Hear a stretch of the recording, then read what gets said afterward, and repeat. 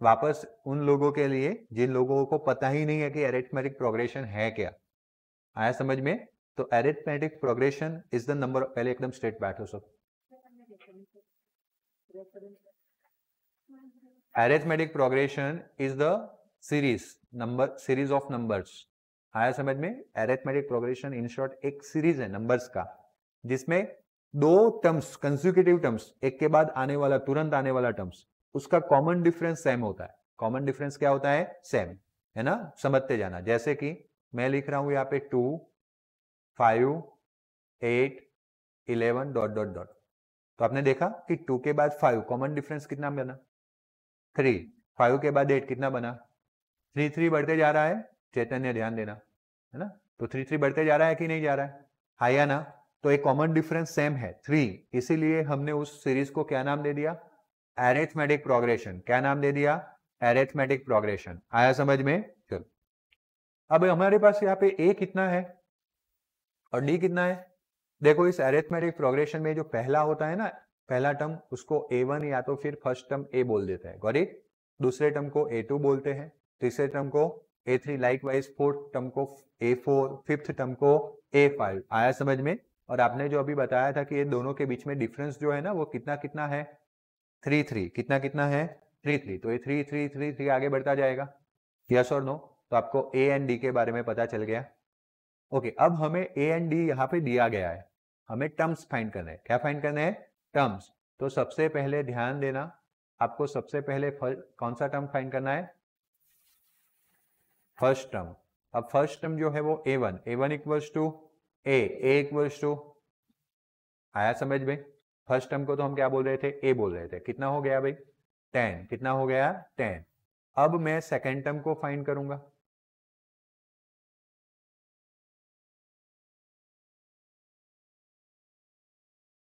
Okay, second term जो होता है ना बेटा, वो होता है A2। आप फर्स्ट टर्म के अंदर D ऐड कर दीजिए, ऐड कर दीजिए D, कॉमन डिफरेंस, तो आपको सेकेंड टर्म मिल जाएगा। तो कितना है फर्स्ट टर्म? 10। डी पी कितना है? कितना आंसर आया? 20। आया समझ में? आया ना? चलो, अब कौन सा टर्म फाइंड करेंगे? थर्ड टर्म, जिसको क्या बोलेंगे? अब पहले टर्म में 2D ऐड कर दीजिए। आया समझ में? क्योंकि पहले टर्म में देखो यहाँ पे ये 2 था, 2 के अंदर 3 ऐड किया तो कितना मिला? अब 2 के अंदर 2 बार 3, 3 एंड देन 3, तो 2 बार 3 ऐड करना पड़ा ना। तो थर्ड टर्म में जाने के लिए डी को कितनी बार ऐड करना पड़ता है? 2 बार। आया समझ में? तो आपको आंसर कितना मिलेगा? तो यस 10 प्लस 2 इंटू 10, तो 10 प्लस आंसर। आया समझ में? ये तो है यही करना है, लेकिन किसी को ऐसा सर ऐसा नहीं, तो दूसरा कुछ करवा देता हूं भाई। दूसरा टर्म मिल गया था ऑलरेडी, दूसरे टर्म में सिर्फ और सिर्फ क्या ऐड करो, तो दूसरा टर्म कितना था 20 और उसमें डी ऐड करो, तो भी आंसर कितना आएगा? अगर थर्ड टर्म फाइंड करना है, आपके पास दूसरा टर्म है तो डी ऐड कर दो, आगे वाला टर्म है तो क्या ऐड कर दो? डी। आगे वाला टर्म नहीं होगा बार बार, इसलिए मैंने आपको पहला मेथड सिखाया। ए एंड डी पता होना चाहिए एटलीस्ट, अरिथमेटिक प्रोग्रेशन में आपको क्या पता होना चाहिए? A and D. आया समझ में? अब कोई मुझे बता सकता है कि मुझे अगर फोर्थ टर्म फाइंड करना है तो क्या फॉर्मूला बन सकता है?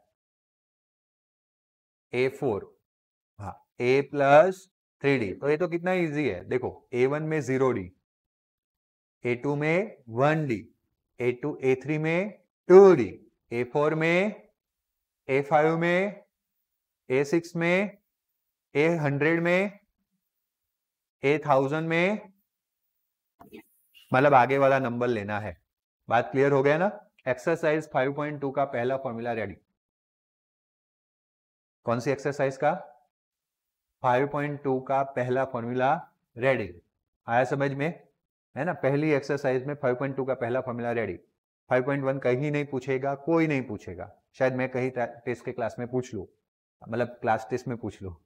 बाकी एग्जामिनेशन में 5.1 का कोई न्यूमेरिकल दिखेगा नहीं, अगर दिखेगा तो 1 मार्क्स से ज्यादा नहीं होगा। आया समझ में? बट एक बात तो फिक्स है ना बेटा, कि जब पहली स्टैंडर्ड का अगर आप सर्टिफिकेट लेके आते हो तभी दूसरी में एंट्री, इसीलिए सेकंड पेज आने से पहले किसको समझना पड़ेगा? फर्स्ट एक्सरसाइज को, इसीलिए पढ़ रहे हैं। बात क्लियर हुई? चलो फोर्थ टर्म, ए कितना था 10, 3, डी कितना था 10, तो 10 प्लस आंसर कितना हो गया?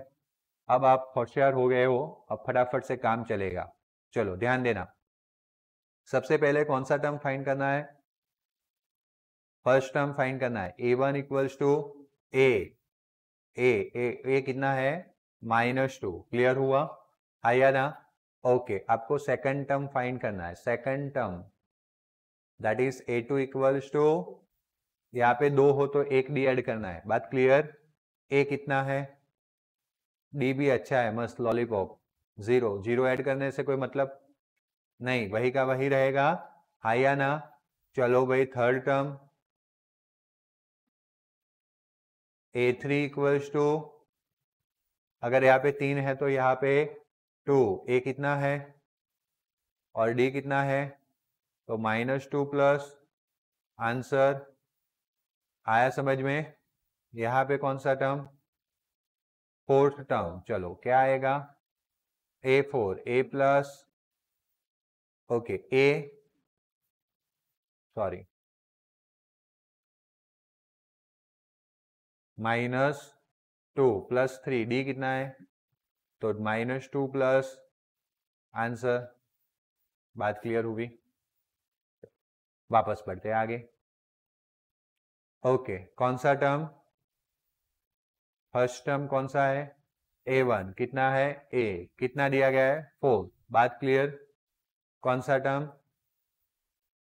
Second term A2 equals to A plus D, A कितना है? 4, डी कितना है? यहां से देख के बोलना है। चैतन्य क्लियर? बाजू में देखना अगर डिस्प्ले ब्लिंक हो रही, ब्लिंक हो रही है ना, पीछे चले जाओ।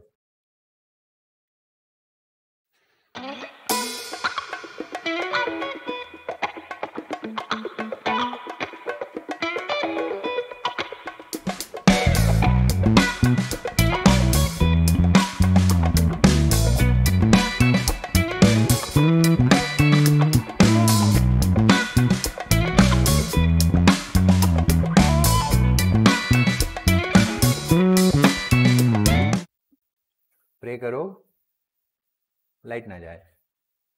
Okay, that is equals to 4 plus और माइनस -3। क्लियर है? 4 - 3 1। बात क्लियर हुई? ओके, कौन सा टर्म फाइंड करोगे? A3 इक्वल्स टू ए कितना है 2 का, डी का, वेरी गुड 4 का, 2 इंटू -3 4 - 6। ओके समझ में आया। इसको बेसिक मैथमेटिक्स बोलते हैं जिसमें सिर्फ नंबर से काम चलता है और कोई ज्यादा टेंशन नहीं है, बट नंबर ही है जो टेंशन वाले हैं।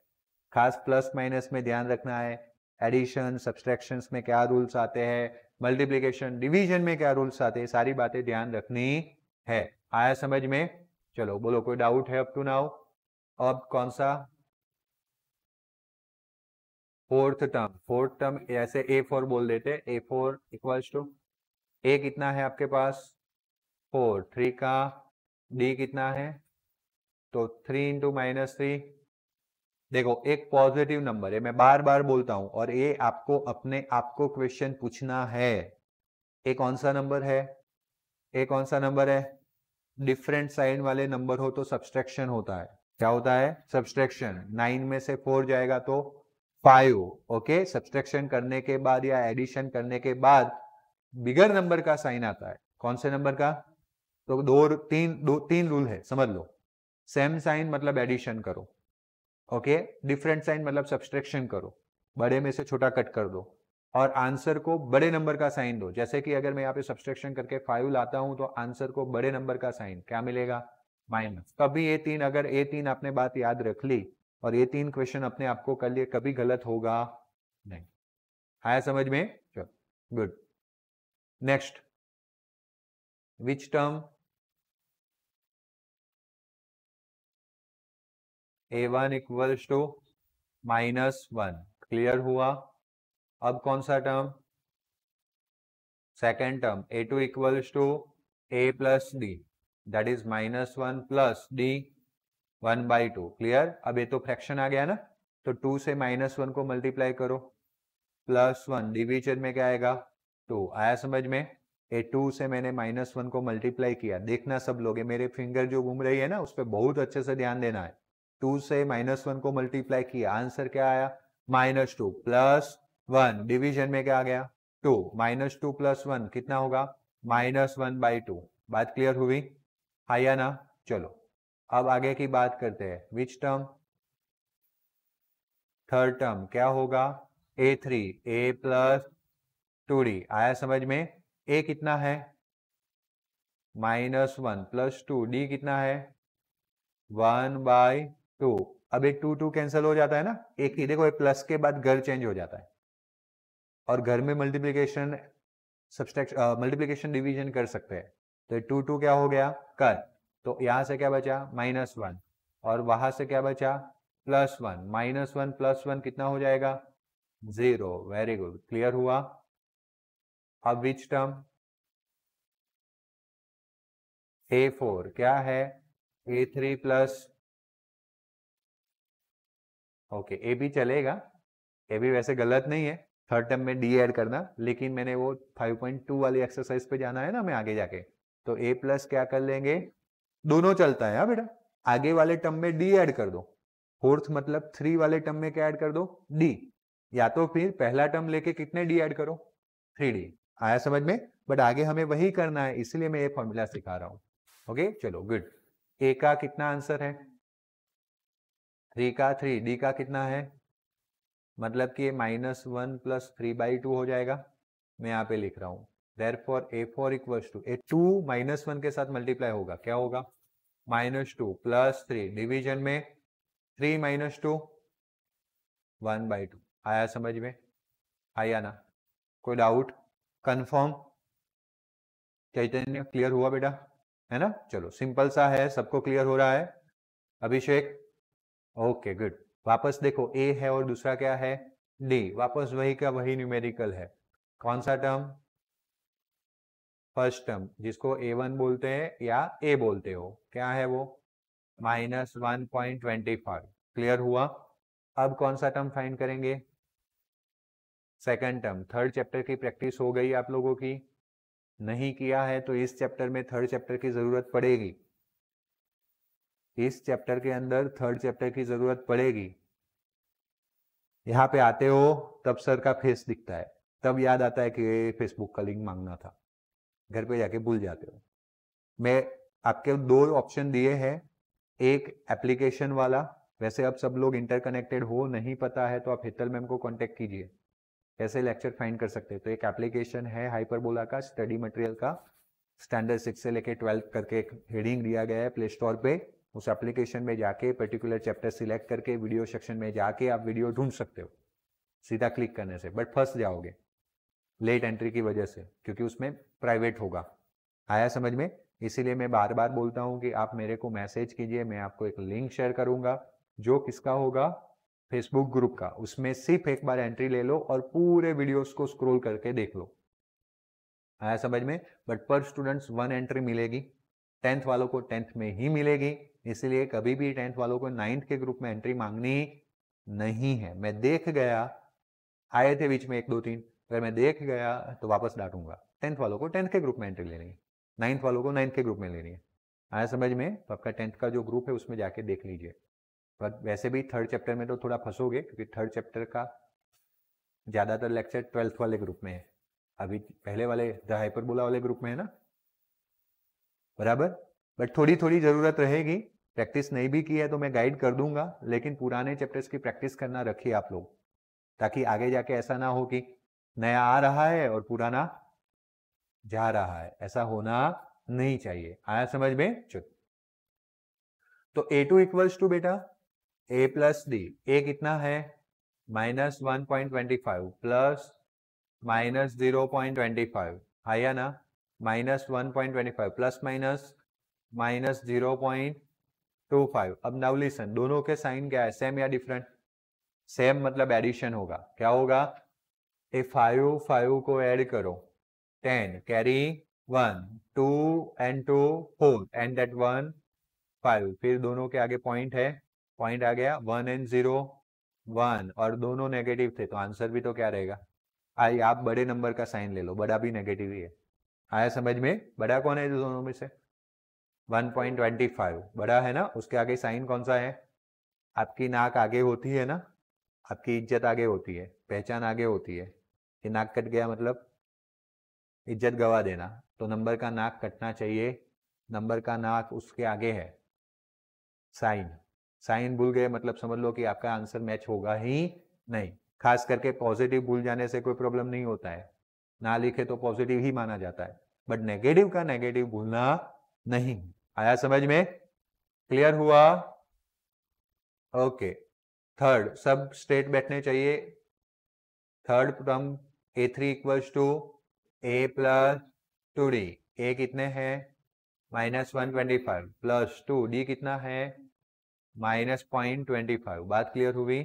-1.25 माइनस प्लस माइनस, चलो इस नंबर को 2 से मल्टीप्लाई करेंगे तो 2 5 जा 10 का 0 कैरी 2 2 जा 4 एंड 1 5, पॉइंट का पॉइंट 2 इंटू 0। आया समझ में? दोनों नंबर कैसे है? नेगेटिव, मतलब सेम साइन हुआ तो क्या हो जाएगा? Addition. Good. 5 and 0 5, got it. 2 and 5, देखो लास्ट डिजिट से एडिशन स्टार्ट करना है और फिर धीरे धीरे आगे जाना है। दोनों का पॉइंट आ गया 1 एंड 0 1, बड़ा नंबर, आंसर। वैसे बड़ा देखो या छोटा, दोनों नेगेटिव थे तो आंसर नेगेटिव आएगा, दोनों प्लस हो गए तो आंसर क्या आ जाएगा? प्लस। बट जब दोनों का साइन चेंज होगा तो सब्सट्रैक्शन तो करना ही है, साथ में कौन से नंबर का साइन देना है? बिगर नंबर का साइन देना है। क्लियर धनंजय? क्या हो रहा है बेटा? तो फिर फोर्थ टर्म कौन सा है? A4। A प्लस 4 है तो यहाँ पे 3D। क्लियर ना? A कितना है? 3D कितना है? क्लियर? -1 पॉइंट प्लस माइनस 3 5 जा कैरी 3 2 जा 6 एंड 1, पॉइंट का पॉइंट आया 3 इंटू 0। बात क्लियर हुई? ओके, दोनों का साइन सेम है ना, क्या करेंगे? एडिशन। पॉइंट के बाद 2 डिजिट, पॉइंट के बाद 2 डिजिट। आया समझ में? सर अगर पॉइंट के बाद किसी पे 1 डिजिट रहा और किसी में 2 डिजिट रहा तो जिसका जितना भी डिजिट खूट रहा है 0 लगा दो। जस्ट फॉर एग्जाम्पल -1.2 है और -3.56 या 506 है, तो यहाँ पे पॉइंट के बाद कितने डिजिट है? यहाँ पे कितना है? इसके खुट रहे तो 0 लगा दो, बात खत्म। आया समझ में? उसके 3 हो गए, इसके भी 3 हो गए। तो जब भी खुटेगा तो हम क्या कर देंगे, पीछे 0 लगा सकते हैं, आगे नहीं। क्लियर हुआ ना? बात क्लियर हुआ?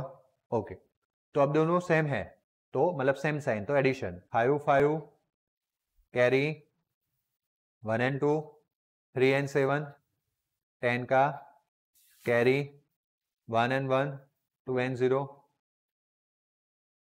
हो गया 4 टर्म।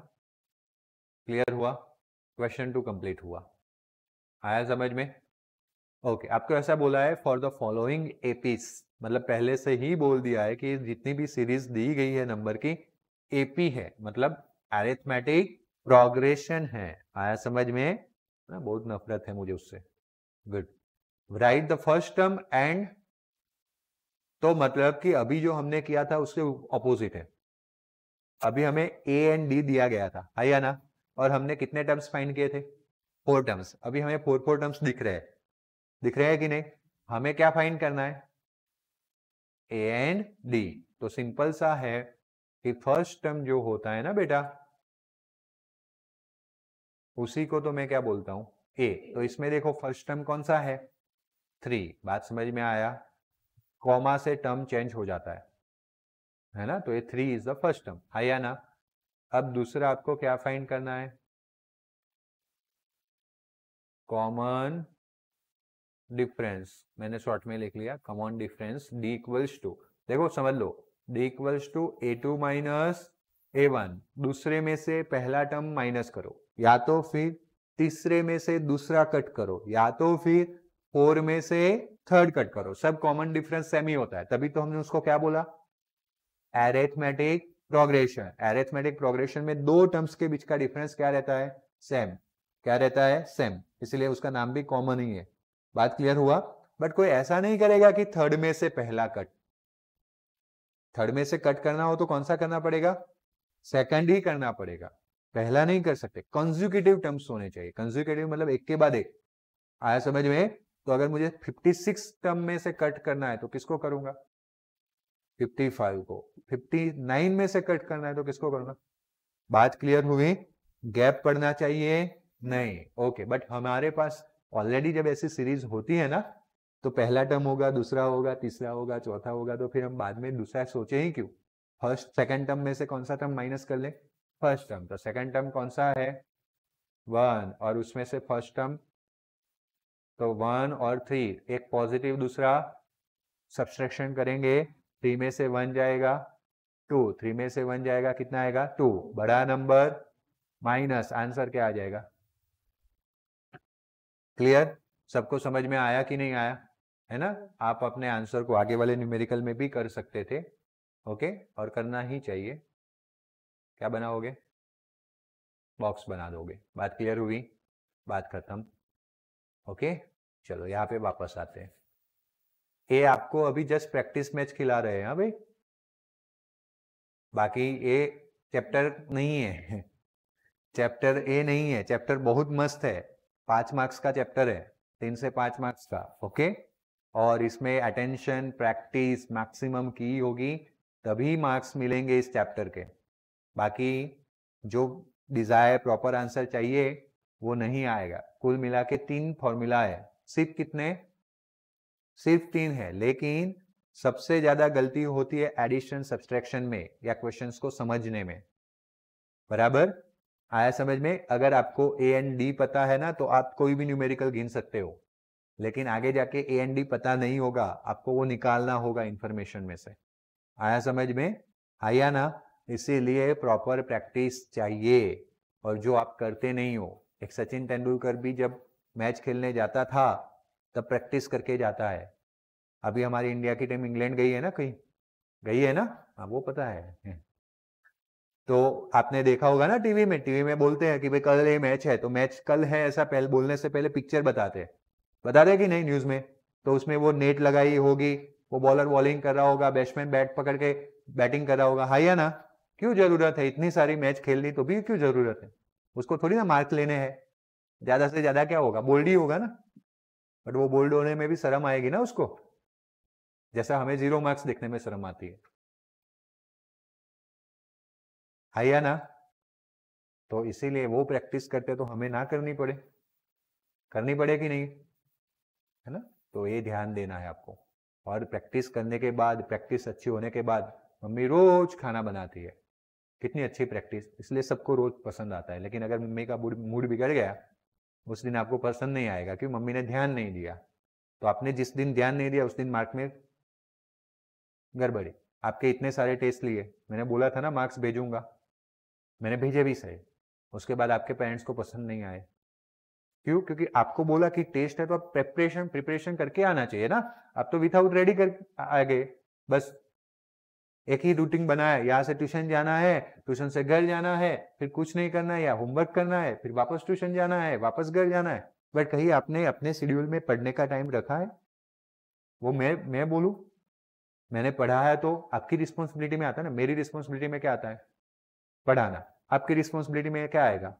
पढ़ के उसको रेडी करने का आएगा कि नहीं आएगा? मैं तो ओपन बुक पढ़ा रहा हूं ना सब कुछ। चैप्टर नंबर 4 का न्यूमेरिकल ले आओ, 5 का ले आओ, क्योंकि इतने साल प्रैक्टिस हो गया मेरा। आप ऐसा प्रैक्टिस कर लो, आपको तो एक ही साल में करना है, बोर्ड में इसी में से आएगा। समझ रहे हो बात कितनी सीरियस है? और अब तो कितने सारे चैप्टर हो गए, तो बात बहुत सीरियस हो गई है। आप जितना टाइम वेस्ट करोगे उतना ही मार्क्स कम हो जाएगा। और यहाँ पे अभी मैंने टेस्ट का लोड कम कर दिया ना, चलो इनिशियली ज्यादा ले लिए और वो सही भी था। अब मैंने वीक में कितने कर दिए, नेक्स्ट वीक से 3 ही, तो अब तो टाइम भी बचेगा, बट वो 3 टेस्ट भी खतरनाक हो जाएंगे ना, क्योंकि 35 मार्क्स का हो गया। और पेपर दूंगा मैं, और पेपर तो मैं वापस स्टोर करूंगा और कुछ ही दिन में आपके पेरेंट्स का साइन भी लूंगा मैं फाइल में। फिर मेरे पे काउंटर क्वेश्चन नहीं आने चाहिए कि क्या हुआ, मैं तो काम कर रहा हूं। काम कौन नहीं कर रहा है? जिनके मार्क्स कम आ रहे हो। पढ़ के आ सकते हो ना, 15 क्वेश्चन रेडी करने को दिए हैं कल, तो ना हो जाए। वो 15 कल के रेडी कर दिए तो आने वाला जब चैप्टर नंबर 6 का टेस्ट होगा उसमें क्या हो जाएगा? इजी होगा कि नहीं? चैप्टर नंबर 2 के आगे भी टेस्ट लिए थे ना, तो अब चैप्टर नंबर 2 का वापस फुल टेस्ट आ रहा है, तो क्या हो जाएगा? इजी हो जाएगा। आगे जाके चैप्टर 1 2 कंबाइंड हो जाएगा। तब आज नहीं करोगे तो आगे फंसोगे, याद रखना। ये मैं आपको विजन बता दिया, फोरकास्ट कर दिया मैंने कि आगे ऐसा ऐसा होने वाला है। आगे जाके मैं क्या टेस्ट लेने वाला हूँ? कंबाइंड। जैसे अभी चैप्टर नंबर 1 का हो गया, फिर साइंस के अंदर इस संडे चैप्टर नंबर 2 का हो जाएगा, फिर मैथ्स का मैं एक लूंगा, चैप्टर नंबर 4 का अकेला। आया समझ में? फिर नेक्स्ट सैटरडे संडे जब आएगा ना, तब चैप्टर नंबर 1 2 का कंबाइन कर लूंगा, उसके साथ एक नया चैप्टर रख लूंगा। फिर रोगे बैठ के? नहीं कर सकते ना ऐसा। जो पहले कर दिया है उसको तो फिर सिर्फ पढ़ना ही रहेगा ना, और जो थोड़ा नया ऐड हुआ है उसको अच्छे से पढ़ना रहेगा। बट एक करके रख दिया है तो फिर जब नेक्स्ट टेस्ट होगा तो सबको पढ़ना रहेगा, और जो नया ऐड हो रहा है उसको पढ़ना रहेगा। नया नया तो ऐड होता जाएगा। अभी मेरे माथे पे बड़ा सा माउंटेन ऐसे हिलक हुलक हो रहा है, तो मैं ऐसे ऐसे ऐसे नाच रहा हूँ। क्यों? क्योंकि बहुत लोड है मेरे माथे। साइंस के 16 चैप्टर, मैथ्स के 15 चैप्टर, अब मैं धीरे धीरे करके चैप्टर ऐसे फेंक रहा हूँ। अब लोड कहाँ बढ़ रहा है? मैं थोड़ा स्टेबल हो रहा हूं। बात समझ में आया? और आपकी हालत कैसी हो रही है आपको समझ में आ रही है ना? तो आप पहले से, मेरे पे तो एकदम से आ गया था सारे के सारे, बट आप में तो धीरे धीरे करके आ रहा है ना, आया ना? तो आप अपने आप को स्ट्रॉन्ग कर सकते हो कि नहीं कर सकते हो? कर सकते हो ना? और मैथ्स और साइंस नहीं सीखा तो क्या सीखा? वही तो है मेहनत वाला, बराबर। साइंस में एडमिशन लेने जाओगे 10th के अंदर, 10th पास करके कोई भी अच्छे स्कूल में या किसी भी स्कूल में, क्या हो जाएगा? मैथ्स और साइंस और इंग्लिश का ही मार्क्स देखा जाएगा, और खास करके मैथ्स एंड साइंस के मार्क्स पे फोकस किया जाएगा। और जिसका मैथ्स एंड साइंस इजी और अभी से कंप्लीट हो गया, तो आगे आपको हर एक ट्रेड में मिलने वाला है एडमिशन, हर एक ट्रेड में। आप अगर साइंस के कैटेगरी के और कॉमर्स में लेना चाहते हो तो मिल जाएगा, बट आपके कभी ऐसा देखा है मैंने कि लेना होता है साइंस लेकिन मार्क्स जस्टिफाई नहीं कर पाते हैं 10th के, कहीं ना कहीं मस्ती की होती है, इसलिए फिर बाय फोर्स उनको कहा जाना पड़ता है कॉमर्स में। उनका होता है, उनको ऐसा भी होता है कि यार मैं मेहनत कर लूंगा 11 12 में, शायद मुझे साइंस मिल जाए, बट फिर भी ड्यू टू द मार्क्स उनको कहा जाना पड़ता है कॉमर्स के अंदर। तो हमें ऐसा चांस नहीं है। हाँ, आप एक बार अच्छे से मार्क्स ले आओ, साइंस के कैटेगरी के मार्क्स ले आए तो टॉप कैटेगरी के मार्क्स आए तो आप नीचे के कैटेगरी में जा ही सकते हो। पर मैं तो ऐसा बोलता हूँ कि टॉप कैटेगरी चूज कीजिए। हाँ, टॉप कैटेगरी चूज करने के बाद मेहनत और बढ़ेगी, कम होगी नहीं। बट अगर आप मेहनत करते रहोगे तो आपका लाइफ अच्छे से जाएगा, आपकी सारी डिमांड आप खुद कंप्लीट कर पाओगे। बाकी एक टाइम लाइफ में ऐसा आएगा कि आपके हाथ, आपके माइंड में आपकी डिमांड होगी लेकिन हाथ नहीं चल पाएंगे, वो डिमांड वही रह जाएगी बट फुलफिल नहीं होगी।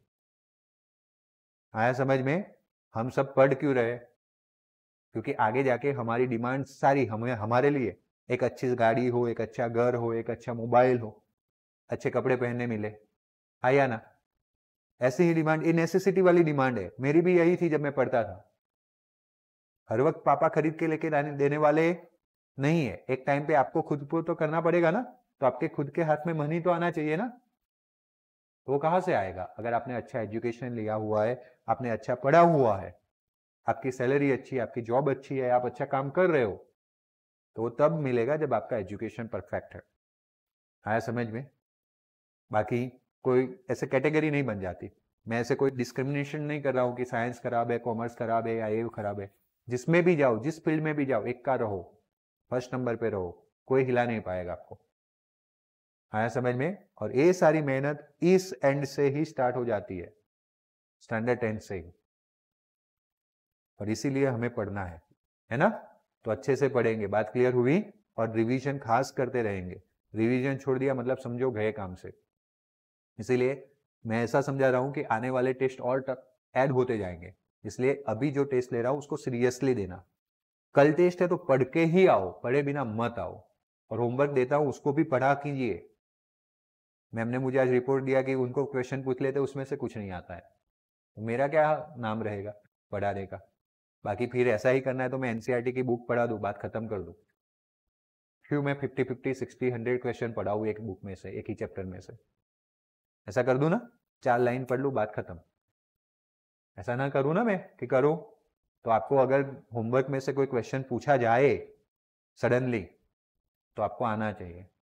आप नीचे आके बैठे हो 5-10 मिनट है तो आपके हाथ में बुक होना चाहिए, फाइल होना चाहिए जिसमें से आप पढ़ रहे हो। आया समझ में? सुनने में आया कि टाइम वेस्ट कर रहे हो तो फिर मैं डांटूंगा, ऊपर से ज़्यादा होमवर्क दे दूंगा। मुझे कुछ नहीं करना है, वर्कबुक का प्रिंट निकालना है आपको, आपके ऊपर कॉस्ट डालना है, लगा दूंगा, आपको लिखने के लिए दे दूंगा। पनिशमेंट ही लेनी है तो फिर मैं पनिशमेंट वाला काम करूंगा। बट मैं नहीं चाहता कि आपको पनिशमेंट दी जाए, आप अच्छे से समझ के अपना टाइम का यूटिलाइजेशन करो, है ना? ओके चलो, फर्स्ट टर्म कौन सा है इसमें? -5। ओके, आपको और क्या फाइंड करना है? कॉमन डिफरेंस फाइंड करना है।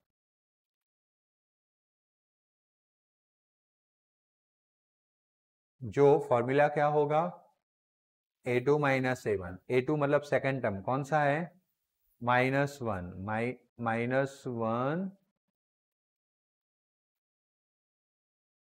-1 और फॉर्मूला का माइनस और फिर -5। आया समझ में? इसलिए उसको ब्रैकेट में रखा।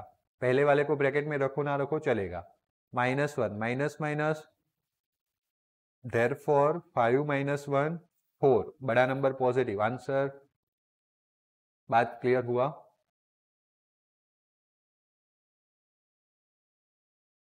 अरे यार,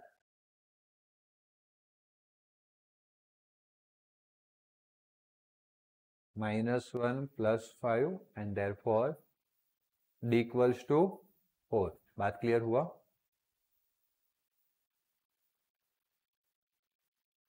ओके, नेक्स्ट वन। कौन सा टर्म दिया गया है? First term a equals to कितना है? 1/3, 1/3। क्लियर हुआ? ओके, अब क्या फाइंड करना है? Common difference, that is d। d equals to a2 - a1। What is a2? Minus, यहां से देखो, a 1/3 और a 5/3। 5/3 second terms minus first term, दोनों का डिनोमिनेटर क्या है? तो 3, 5 minus, and that is therefore d equals to 4/3। Exercise 5.1 कहाँ पूछी जाएगी? 1 मार्क्स के क्वेश्चन में, बाकी कहीं पे दिखने मिलेगा नहीं। ओके चलो, क्या फाइंड करना है? फर्स्ट टर्म ए कितना है 0.6, कितना है 0.6। ओके, आपको दूसरा क्या फाइंड करना है, common difference, that is D. D equals to A2 कितना है माइनस, ओके 7 में से 6 जाएगा 1, 1 में से 0 जाएगा 1, and therefore D equals to क्या हुआ, डी इक्वल्स टू हुआ 1.1। आया समझ में, आया ना? ओके, तो थर्ड क्वेश्चन तक मैंने आज कंप्लीट किया, second and third question. Question number 4 में टोटल 15 क्वेश्चन है। हाँ, कितने क्वेश्चन है 15। ओके, कल यानी कि प्रीवियस, कल तो नहीं है, परसों है। ओके, तो परसों जब हम स्टार्ट करेंगे तो 15 क्वेश्चंस कंप्लीट कर लेंगे, और फिर नेक्स्ट डे कौन से एक्सरसाइज में आ जाएंगे 5.2। आया समझ में, वहां से मेन एक्सरसाइज स्टार्ट होगी, बट ये सारा नॉलेज जरूरी है। Okay, good.